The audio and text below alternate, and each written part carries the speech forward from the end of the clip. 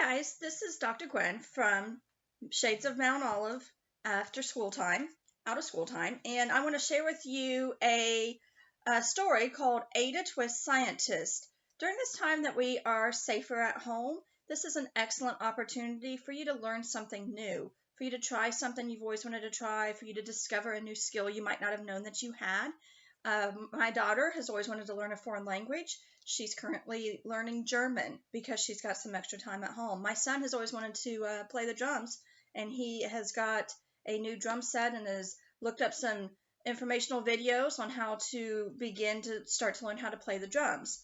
This is a perfect opportunity for you to find a new skill, decide on something that you might want to learn more about, and really delve into that and get some information. This story is called Ada Twist Scientist, and it's about a little girl who does exactly that. She has an interest, and she pursues her interest by asking questions. And I want to share this story with you. This story is written by Andrea Beatty, and it's illustrated by David Roberts.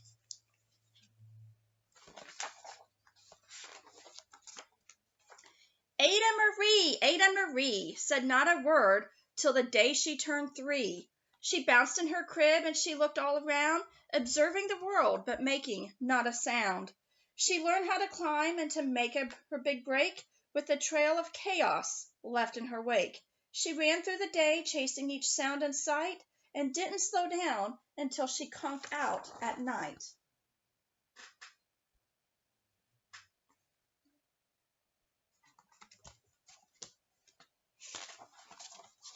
Her parents were frazzled, but tried not to freak as Ada grew bigger and still did not speak. Clearly young Ada, with lots in her head, would have something to say when it ought to be said.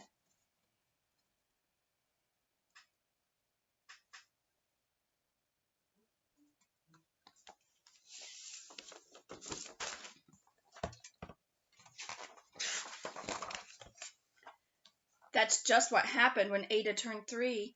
She tore through the house on a fact-finding spree and climbed up the clock just as high as she could. Her parents yelled, "Stop!" as all parents would. Ada's chin quivered, but she did not cry. She took a deep breath and she simply asked, "Why?"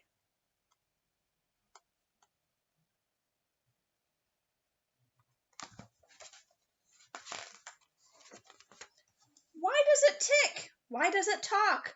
Why don't we call it a granddaughter clock? Why are there pointy things stuck to a rose? Why are there hairs in the inside of your nose? She started with why, and then what, how, and when, and by bedtime she came back to why once again. She drifted off to sleep as her dazed parents smiled at the curious thoughts of their curious child, who wanted to know what the world was about. They kissed her and whispered, "You will figure it out."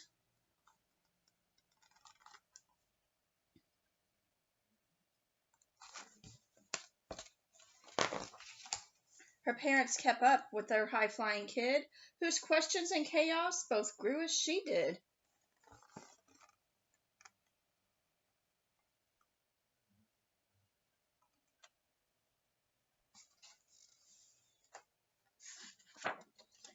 Even Miss Greer found her hands were quite full when young Ada's chaos wreaked havoc at the school. But this much was clear about Miss Ada Twist. She had all the traits of a great scientist.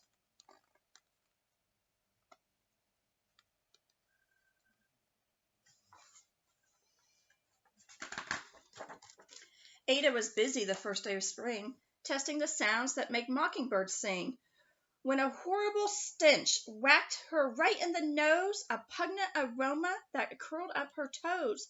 "Zowie!" said Ada, which got her thinking, what is the source of that terrible stinking? How does a nose know there's something to smell, and does it still stink if there's no nose to tell? She rattled off questions and tapped her chin, and she start at the start where she ought to begin. A mystery, a riddle, a puzzle, a quest. This was the moment that Ada loved best.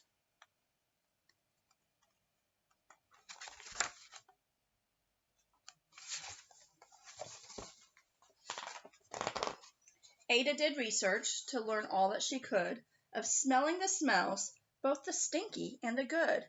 One hypothesis Ada thought could be true. The terrible stink came from Dad's cabbage stew. She tested and tested, but soon Ada knew it was time to come up with hypothesis number 2.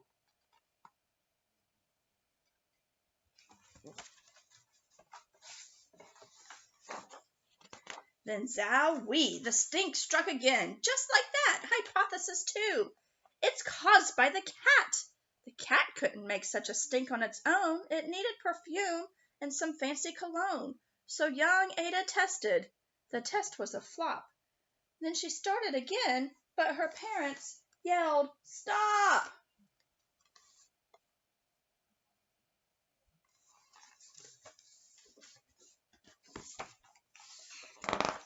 Ada Marie, to the thinking chair now. By the time we count to 3. Enough, said her mother. That is it, said her dad. Her parents were frustrated, frazzled, and mad. Why? Ada questioned. Her mother said, "No." What? Ada queried, and her father said, "Go. You've ruined our supper. You've made the cat stink. Enough with your questions. Now sit there and think." She looked at her parents, and her heart turned to goo. Poor Ada Twist didn't know what to do.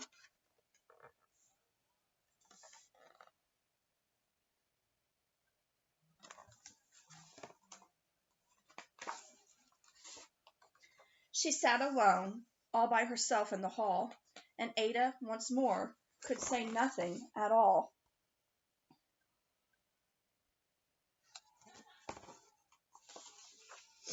And so Ada sat, and she sat, and she sat, and she thought about science and stew and the cat, and how her experiments had made such a big mess. Does it have to be so?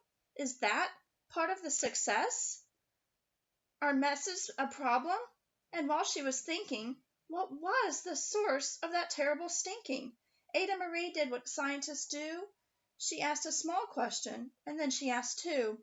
And each of those led her to 3 more questions, and some of those questions resulted in 4. As Ada got thinking, she really dug in. She scribbled her questions and tapped on her chin. She started at why, and then what, and then how, and then when, and at the end of the hall she reached why once again.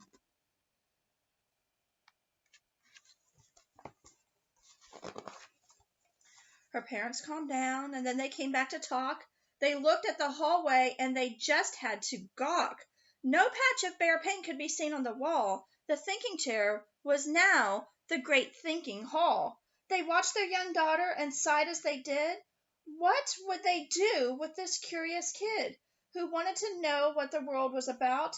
They smiled and they whispered, "You will figure it out."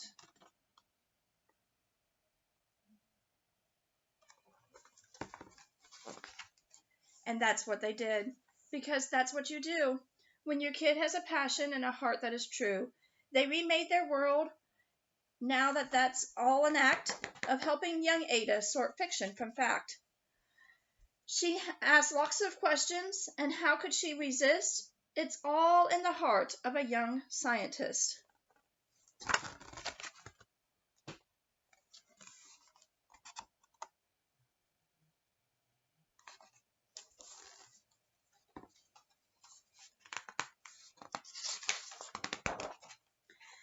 And as for that smell, what can Ada Twist do but learn all that she can with her friends in grade 2?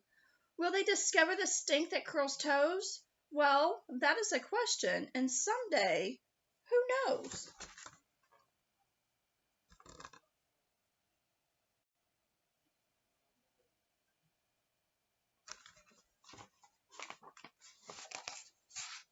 I wanted to tell you that this story is based on 2 actual real female scientists, and this is a note from the author. It says, "Women have been scientists for as long as there has been science. They have asked questions, they have looked for answers to the secrets of the universe, of soil, of the stars, of stalactites and seahorses, glaciers and gravity, brains and black holes, of everything. Ada Marie Twist is the name for 2 of many women whose curiosity and passion led them to make great discoveries. Marie Curie discovered the elements polonium and radium, and her work led to the invention of X-rays. Ada Lovelace was a mathematician and the very first computer programmer. So during this time when we are staying at home and staying safe and healthy, I want to encourage you to ask questions, find out the answers, discover some new things, try some new skills, and have fun with learning. Be sure to follow Shades of Development and like and follow us on Instagram, YouTube, and Facebook. Thank you.